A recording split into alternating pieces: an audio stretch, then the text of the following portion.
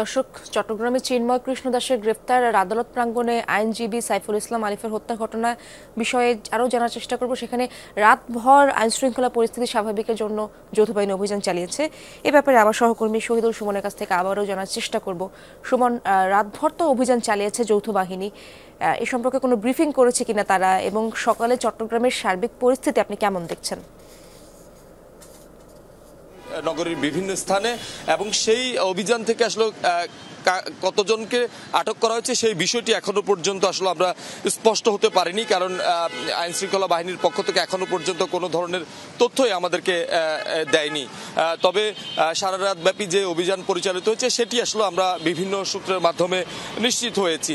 গতকাল দিনভর যে ঘটনাগুলো ঘটেছে সেখানে দেখেছেন আইন শৃঙ্খলা বাহিনীর সদস্যদের কাজে আসলে বাধা দিয়েছে যারা হিন্দু ধর্মাবলম্বীরা রয়েছেন তারা। সেই সাথে কিন্তু গতকালকে পুলিশ, সাধারণ ছাত্র জনতা এবং সনাতন ধর্মাবলম্বীর মধ্যে যে ত্রিমুখী সংঘর্ষের ঘটনা ঘটেছে সেখানে কিন্তু একজন আইনজীবী নিহত হয়েছে।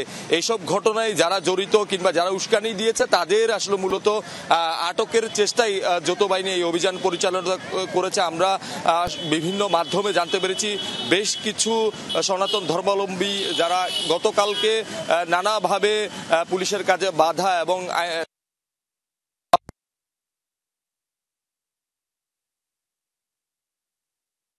ধন্যবাদ আপনাকে। চট্টগ্রামে আইনজীবী সাইফুল ইসলাম আলিফ হত্যার প্রতিবাদে বিক্ষোভ সমাবেশ করেছে বৈষম্য বিরোধী শিক্ষার্থীরা। মঙ্গলবার সন্ধ্যা 6:30 নাগাদ নগরীর নিউ মার্কেট মোড় চত্বরে হয় বিক্ষোভ সমাবেশে অংশ নেন কয়েকশো শিক্ষার্থী। তাদের অভিযোগ, ইসকনের নামে সাম্প্রদায়িক দাঙ্গা বাঁধানোর অপচেষ্টা চলছে। আইনজীবী সাইফুল ইসলাম হত্যাকাণ্ডে জড়িতদের দ্রুত গ্রেপ্তারের দাবি জানানো হয়, নতুবা কঠোর আন্দোলনের হুঁশিয়ারি দেন বক্তারা।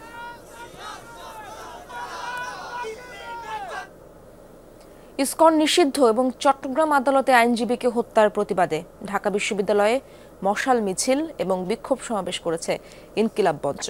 শিক্ষার্থীদের আয়োজনে সাইফুল ইসলাম আলিফের গায়েবানা জানাজা অনুষ্ঠিত হয়েছে টিএসসিতে। রাতে টিএসসিতে মশাল নিয়ে জড়ো হয় শত শত আন্দোলনকারী। সেখান থেকে শুরু করে ভিসি চত্বর, মল চত্বর হয়ে মূল ক্যাম্পাস অতিক্রম করে মিছিলটি শাহবাগে যায়। এরপর রাজু ভাস্কর্যের পাদদেশে শেষ হয় মিছিলটি। এ সময় সংক্ষিপ্ত বক্তব্যে বিক্ষোভকারীরা ইসকন নিষিদ্ধের দাবি জানান। তারা বলেন, শিগগিরই আদালত প্রাঙ্গণে আইনজীবী হত্যার বিচার নিশ্চিত করতে হবে। এরপর Dhaka university students association of Lohagara, Satkania, ডুসালসের আয়োজনে গায়েবানা জানাজা অনুষ্ঠিত হয় টিএসসি এলাকায়। জানাজা শেষে ইসকন নিষিদ্ধের দাবিতে 4 দফা পেশ করেন ঢাবি শিক্ষার্থীরা। আজ প্রেস ক্লাবে অবস্থান কর্মসূচি পালন করবেন তারা। সাম্প্রদায়িক সহিংসতা এবং দাঙ্গা থেকে বাংলাদেশের জনগণকে মুক্ত করার জন্য অন্তর্বর্তীকালীন সরকারকে গুরুত্বপূর্ণ ভূমিকা রাখার জন্য সুনির্বন্ধ আহ্বান জানাই।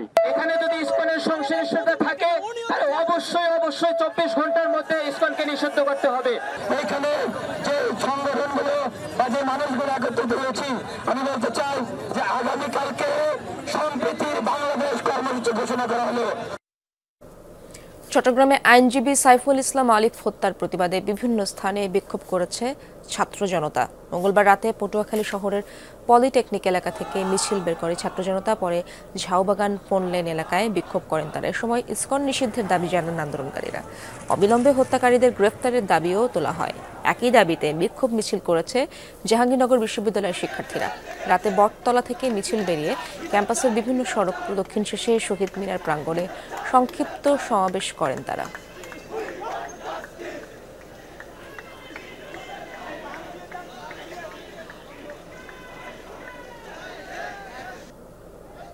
রংপুরে বেগম রোকেয়া বিশ্ববিদ্যালয়ের বৈষম্য বিরোধী শিক্ষার্থীরাও বিক্ষোভ করেছে।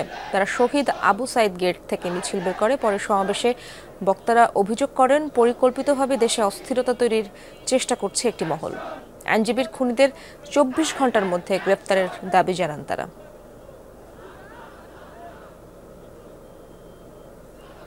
বিক্ষোভ করেছে রাজশাহী বিশ্ববিদ্যালয়ের বৈষম্য বিরোধী আন্দোলনের শিক্ষার্থীরাও।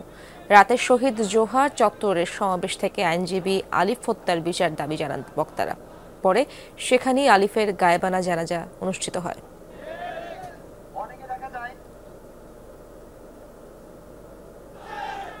লক্ষ্মীপুরে তৌহিদি জনতার ব্যানারে মিছিল বের হয়। এ সময় ইসকনকে নিষিদ্ধের দাবি জানান বক্তারা।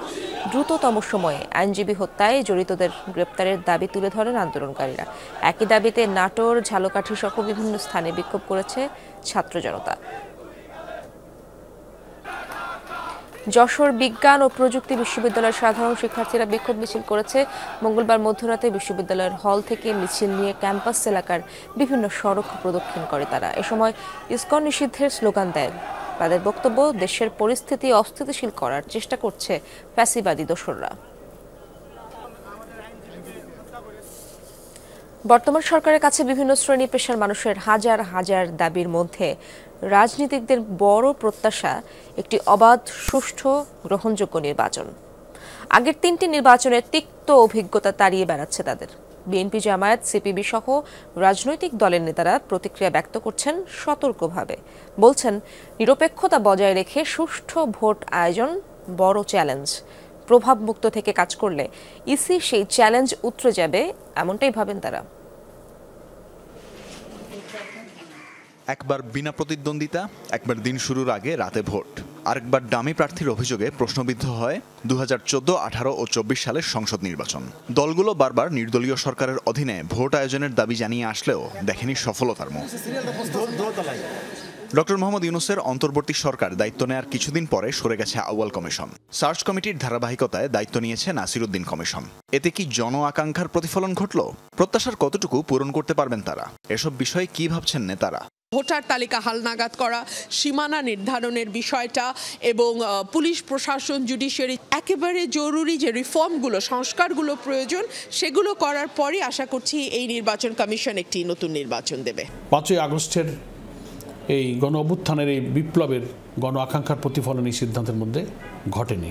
বেটার হতো যদি অন্তত এই সংস্কার প্রস্তাবগুলো আসলে তার ভিত্তিতে রাজনৈতিক দলগুলো নির্বাচন কমিশন গঠনের প্রক্রিয়া সম্পর্কে কী প্রস্তাব দিচ্ছে এটা একটু বিবেচনায় নিয়ে দেন ওনারা একটা সার্চ কমিশন গঠন করতে পারতেন। বিএনপি জামাতের বাইরে অন্য দলগুলোতেও মিশ্র প্রতিক্রিয়া আছে। নিয়োগ প্রক্রিয়া মনোপুত হয়নি সবার। নির্বাচন প্রক্রিয়া সংশোধনেরও প্রত্যাশা আছে তাদের। যে নামগুলো গেছে, এইটা তো আপনি যদি বলেন এখন আমরা যে ক্রিয়াশীল রাজনৈতিক দলগুলো আছে কারণ না কারোর প্রস্তাবিত, তো সেই অর্থে তো ওনাদের তো ফার্স্ট বায়াসনেস হতে পারে। আমাদের এমন একটা আইনের পর্যায়ে আসা উচিত যেখানে নির্বাচন কমিশনটা ওই আইনের মাধ্যমে অটোমেটিক্যালি চোজন হবে এবং সেখানে জায়গা থাকতে হবে নির্বাচন সম্পৃক্ত আপনার অভিজ্ঞতা। গতানুগতিকভাবে এর আগেও আমরা আমলাতান্ত্রিকভাবেই নির্বাচন কমিশন গঠন করতাম এবং এবার আমাদের উপায় নেই, এবার এইভাবেই করতে হয়েছে। আমরা আশাবাদী যে এর মাধ্যমে যতখানি বেস্ট পাওয়া সম্ভব আমরা পাবো।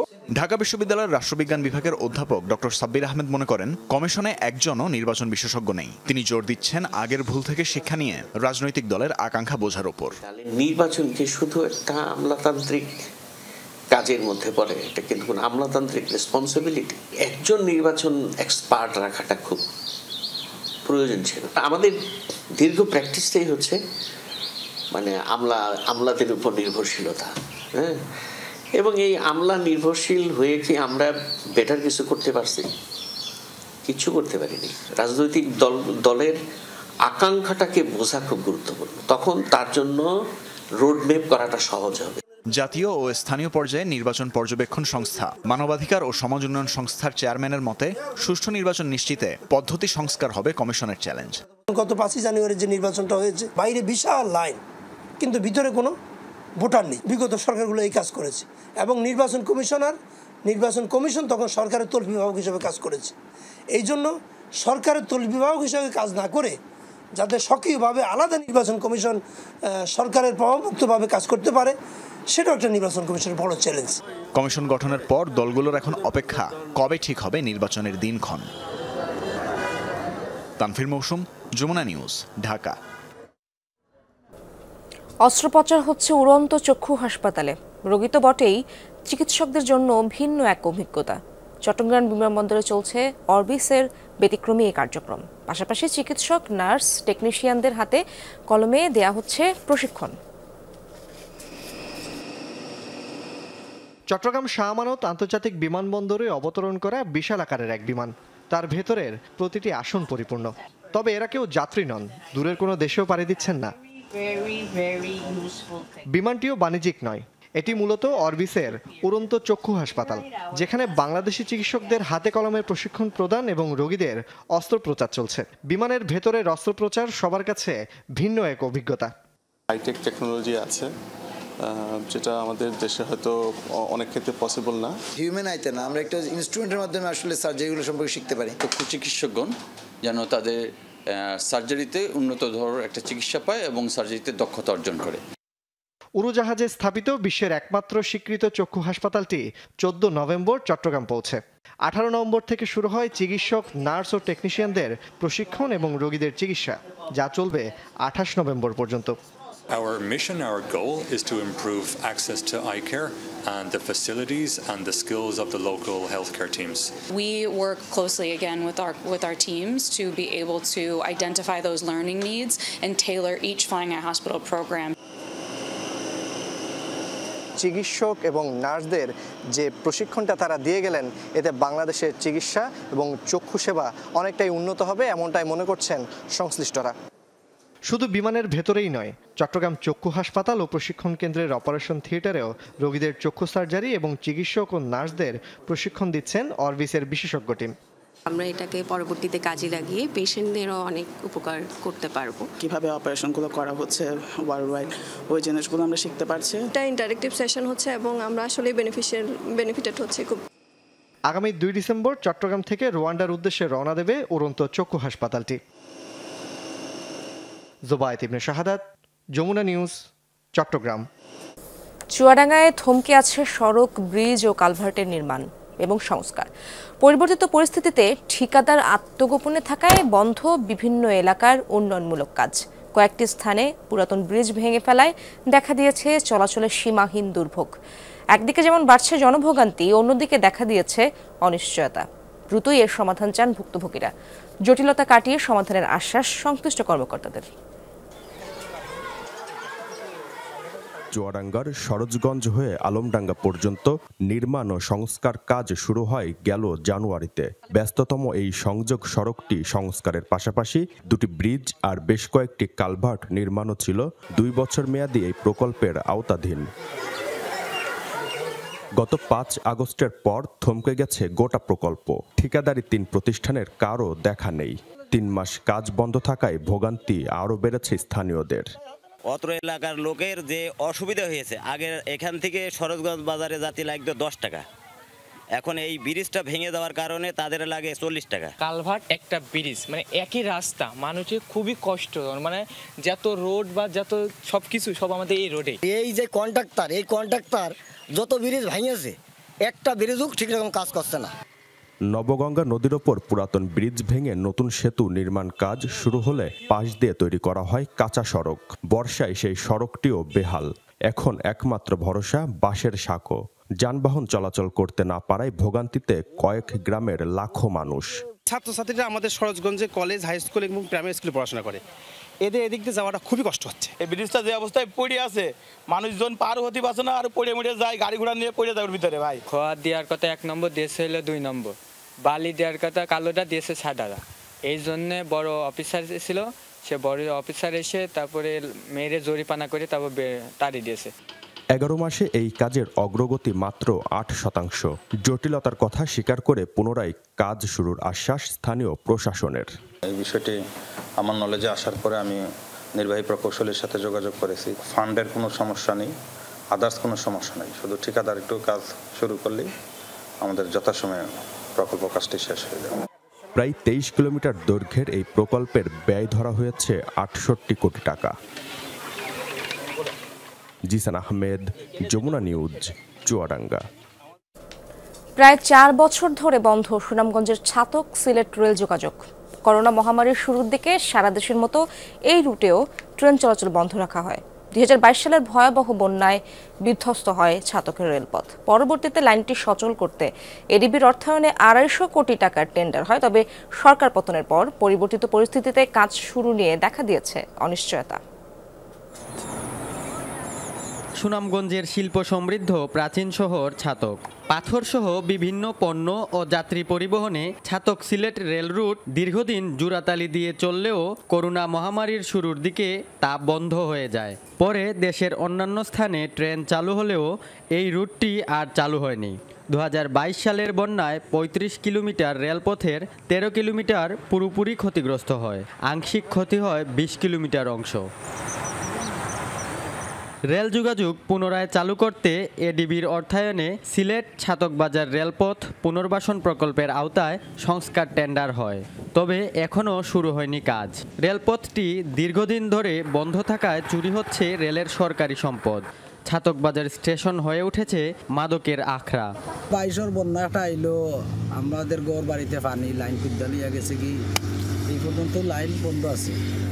এখনো লাইনের অবস্থা খারাপ, লাইন সিলভার খুলি যার চাইতে পারে। গাড়ি উড়ি চলে না, সবকিছু বন্ধ। দেখেন মানুষ চলাফেরা করতে খুব আওয়াজাত কষ্ট। আগে তো 20 টাকা টিকিট কাটলে যাওয়া যাইতে, এখন তো সিনজি গেলে 100 টাকা নেই। মাদকের আস্তানা করে রাখছে এই জায়গা। তো নেশার টাকা মিলাইবার লাগি ভাই অনেক প্রকার অনেক জিনিস, রেলের আপনার রেল আছে, অনেক জিনিস আছে এগুলো লুটপাট করে। অবশ্য কর্মরত অনেকেরও দায়ভার আছে, তারাও সহযোগিতা করে। ঠিকাদারি প্রতিষ্ঠান কাজ শুরুর আগেই সরকার পরিবর্তনের পর খালি হয়ে গেছে প্রজেক্টের প্রকল্প পরিচালকের পদ। এতে কাজ শুরু নিয়ে তৈরি হয়েছে অনিশ্চয়তা, বলছেন দায়িত্বশীলরা।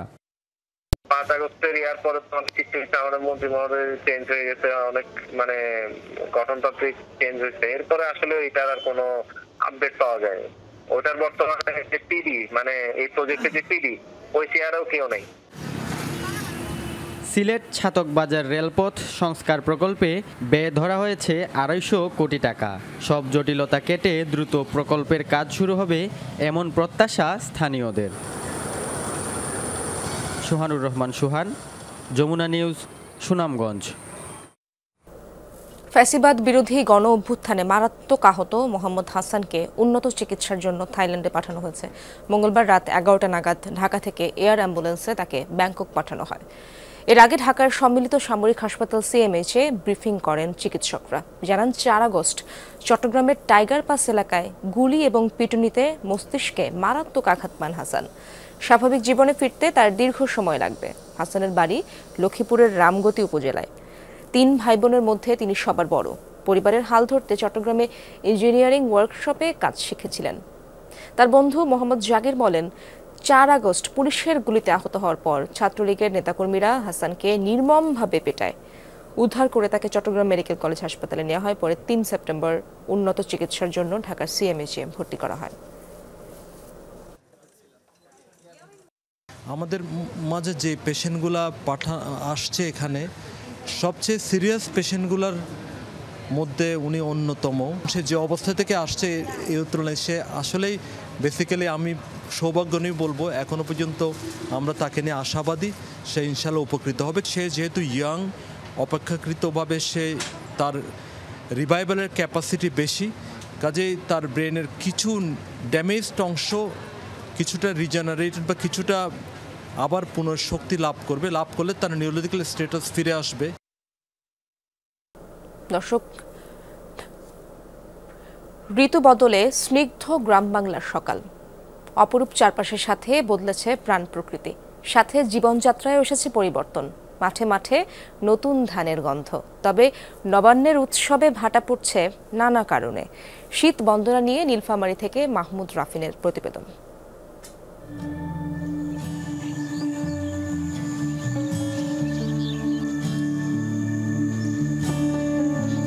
কুয়াশা মাখা ভোরের আকাশ, সূর্যরশ্মি পড়ছে শিশির বিন্দুতে, জ্বলছে যেন মুক্তাদানার মতো। প্রকৃতিতে হিমেল বাতাস, তাতে ভেসে আসছে মিষ্টি গন্ধ, সাথে শিশির ঝরার টুপটাপ শব্দ। ঋতু বদলে স্নিগ্ধ গ্রাম বাংলার সকাল, অপরূপ চারপাশ, বদলেছে প্রাণ প্রকৃতি, সাথে জীবনযাত্রাও। এবারে শীতটা সন্ধ্যা হলে খুব বোঝা যায়, মানে এবারে কুয়াশাটা খুব ইয়ে হবে। এই যে খুন, ধর্ষণ, মারামারি এসবের উল্টো পিঠা হচ্ছে শীত। আমি ঘরে থাকব, লেপটা হচ্ছে আমার জন্য একদম নিরাপদ, সেভ একটা জোন। কুয়াশা পড়ে শীতকালের সকালে, শিশিরে হাঁটতে আমার খুব ভালো লাগে। উঠতে শুরু করেছে নতুন ধান, তবে ঘরে ঘরে নবান্নের আগের সেই আনন্দ এখন কমেছে। নানা কারণে পারিবারিক বন্ধনে টানাপোড়েন, যাত্রাপালা, লোকজ গানের আসর কালের আবর্তে হারিয়ে যেতে বসেছে। অনেকের পিঠাপুলির আনন্দ এখন বাজারের দোকানে, সেখানেও জমজমাট চিত্র। ভিড় জমাচ্ছে নানা বয়সী মানুষ। আগে তো পিঠা টিঠা খাচ্ছে না, আবান করছে না, সবাই মিলি সবাই ঘরে ঘরে লবণ হচ্ছিল, এখন তো হয় না। সকালবেলা আমরা ভাপা পিঠা খেতে পারি, চিতল পিঠা খেতে পারি, এরপরে বিভিন্ন ভক্তা দিয়ে শীতল পিঠা খাওয়া হয়, এটা খুবই স্পেশাল। হিমালয়ের কাছাকাছি হওয়ায় উত্তরে শীত নেমে যায় আগে ভাগেই। কয়েকদিন ধরেই কমতে শুরু করেছে তাপমাত্রা। কুয়াশায় ঢাকা থাকছে সকাল, বাড়ছে ছিন্নমূল মানুষের কষ্ট। যান্ত্রিকতার যুগে আমরা ধীরে ধীরে দেখছি যে আমাদের ভৌগোলিক পরিবর্তনের কারণে হোক আর যে কারণেই হোক, শীতের আগমনটা যেন একটু বিবর্ণ হয়ে যাচ্ছে। শীত এখন তার নিজস্ব রূপে আসছে না, নিজস্ব সময়ে আসছে না। আমরা আজকে যদি আমি ধরে নেই যে এখন আগে যেমন শীতে আমরা কুঁকড়ে যেতাম, সেই রকম কুয়াশাচ্ছন্ন সকাল এখন আমরা আর দেখতে পাচ্ছি না। শীতে ছিন্নমূল মানুষের পাশে দাঁড়াতে বিত্তবানদের প্রতি আহ্বান জানানো হয়েছে। মাহমুদ রফিন, যমুনা নিউজ, নীলফামারী। পদ্মায় নাব্য সংকটে ব্যাহত দৌলতদিয়া পাটুরিয়া রুটে নৌ চলাচল। ভোগান্তির শিকার দেশের দক্ষিণ পশ্চিমাঞ্চলের যাত্রীরা। প্রয়োজনীয় উদ্যোগ গ্রহণ করে পরিকল্পনা বাস্তবায়নের দাবি তাদের। শুকনো মৌসুম আসতে না আসতেই তীব্র নাব্য সংকটে পড়েছে দৌলতদিয়া পাটুরিয়া নৌ রুট। দফায় দফায় বন্ধ হচ্ছে ফেরি চলাচল। দৌলতদিয়া প্রান্তের 7টি ঘাটের মধ্যে 3টি চালু। গত 1 মাস ধরে এই ঘাটগুলো দিয়ে ফেরি চলাচল ব্যাহত হচ্ছে। অনেক দূর ঘুরে চলতে হয় নৌযানগুলোকে, এতে সময় লাগছে বেশি, ভোগান্তি বেড়েছে যাত্রীদের। বিআইডব্লিউটি এর কোটি কোটি টাকার নদী খননের কাজ হয়, অথচ এই সময়টাই এই ফেরি চলাচল ব্যাহত হয়, এতে আমাদের দুর্ভোগ বেড়ে যায়। দৌলতদিয়া পাটুরিয়া নৌ রুটে যদি পরিকল্পিতভাবে ডেজার্ট দিয়ে ডেজিং করা হতো, তাহলে এই যে স্বাভাবিক যে ফেরি বা সহ সকল প্রকার নৌযান চলাচলে স্বাভাবিক চলাচল করতে পারবো বা দুর্ভোগ পাতে হতো না। ডিজারিং করার সমস্যা, মানে ডিজারিং করে বা করে না, এই জন্য আর কি যে 7 নম্বর ঘাটের যে পজিশন, এই রানিং ঘাটটা সবসময় যদি বন্ধ থাকে তাহলে মানুষের যাতায়াত করা খুব কষ্ট হয়। পানি শুকিয়ে যাচ্ছে, আপনার চর পড়ে যাচ্ছে, ফেরিতে যাতায়াতের অনেকটা সমস্যা বিঘ্ন হয়। ভোগান্তি নিরসনে আপাতত কোনো সমাধান নেই বিআইডব্লিউটি এর কাছে। কাজ করতেছে, যে বিআইডব্লিউটি কাজ করতেছে, কাজ চলমান। যাত্রী ভোগান্তি স্বাভাবিক সময় বেশি লাগছে, এছাড়া তার কেমন কিছু না। বিআইডব্লিউটির আন্ডারে আমরা কাজ করতেছি, আমাদের বলে যে ফেরিঘাট গুলো কাটে দেন। তো কাটে দেওয়ার আগে ওনারা সার্ভে করে, ওদের সার্ভে বোট আছে, কোথায় কতটুকু কাটা লাগে ওনারা যেভাবে নির্দেশনা দেয় সেই ডেটটা আমরা কেটে দিই। এর বাইরে আর কিছু করতে পারি না, আমাদের কিছু করার এখতিয়ার নেই। পরিকল্পিত ড্রেজিং এর মাধ্যমে স্থায়ীভাবে নাব্য সংকট কাটিয়ে গতিশীল হোক নৌ চলাচল, এমনটাই চাওয়া এই রুটে চলাচলকারীদের। সাইফ আহমেদ, যমুনা নিউজ। বাউল গান বাংলাদেশের এক অনন্য ও ঐতিহ্যবাহী লোকসঙ্গীত।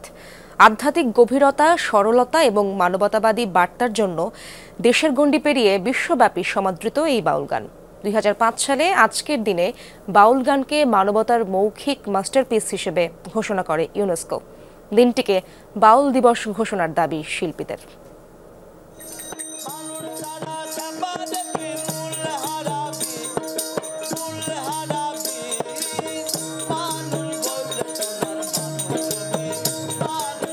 বাউল গান শুধু গান নয়, আধ্যাত্মিকতার পথও একটি।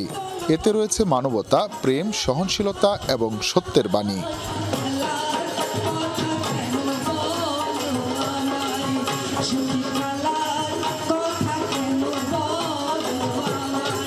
বাউল গান আর বাঙালি, এটাই কোনো পার্থক্য করা যাবে না। এটা নিয়ে গবেষণা হচ্ছে, আরো গবেষণা করার দরকার।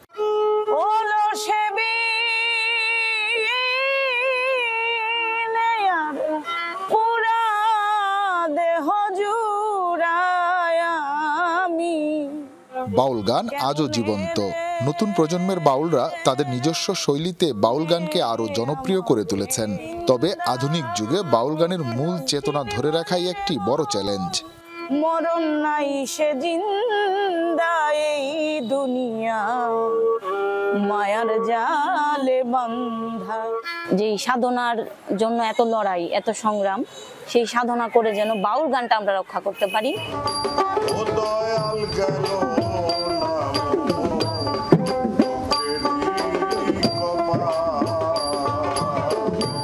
2005 সালে 27 নভেম্বর ইউনেস্কোর স্বীকৃতি বাউল গানের গুরুত্বকে যেমন বাড়িয়েছে তেমনি তুলে ধরেছে বিশ্বের সামনেও।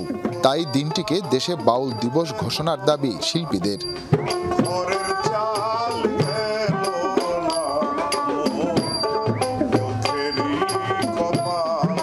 মানবিক গুণাবলীর চর্চাও যদি আমরা করতে যাই, তারপরে একদিন একটা বাউল দিবস বা বাউলের দিন থাকা প্রয়োজন। আমরা যে স্বাধীন দেশের জন্ম, এই দেশের সরকার আমাদের এই বাউল একটা ওই দিবস স্বীকৃতি দিবে না কেন?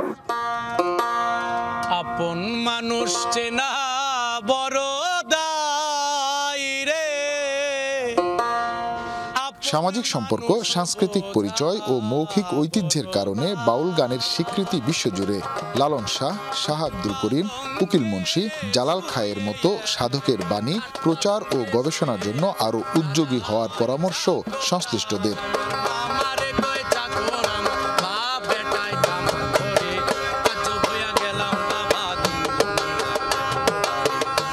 হুসাইন শাহিদ, যমুনা নিউজ, ময়মনসিংহ। দেশের বাইরের খবর। অবশেষে হিজবুল্লাহর সাথে যুদ্ধবিরতির ঘোষণা দিলেন ইসরায়েলি প্রধানমন্ত্রী বেনিয়ামিন নেতানিয়াহু। মঙ্গলবার জাতির উদ্দেশ্যে দেয়া এক ভাষণে আসে এই ঘোষণা। স্থানীয় সময় ভোর 4টা থেকে কার্যকর হবে যুদ্ধবিরতি। পূর্ণাঙ্গ অনুমোদনের জন্য ইসরায়েলি পার্লামেন্ট বা নেসেটে উত্থাপন করা হবে চুক্তিটি। তুলে ধরা হবে সম্পূর্ণ আউটলাইন। ভাষণে উত্তরাঞ্চলীয় এলাকার বাসিন্দাদের ঘরে ফেরার আহ্বান জানান নেতানিয়াহু। তার দাবি, আগের মতো আর শক্তিশালী নেই হিজবুল্লাহ। যুদ্ধে তেল আবিব বেশিরভাগ লক্ষ্য পূরণ করেছে বলেও জানান তিনি। চুক্তি অমান্য করলে কঠোর জবাব দেওয়ার হুঁশিয়ারি দেন নেতানিয়াহু। সোমবার যুদ্ধবিরতির নীতিগত অনুমোদন দেন ইসরায়েলি প্রধানমন্ত্রী। যুদ্ধবিরতি চুক্তি বাস্তবায়ন হলে দুপক্ষের মধ্যে 1 বছরেরও বেশি সময় ধরে চলা সংঘাতের অবসান হবে।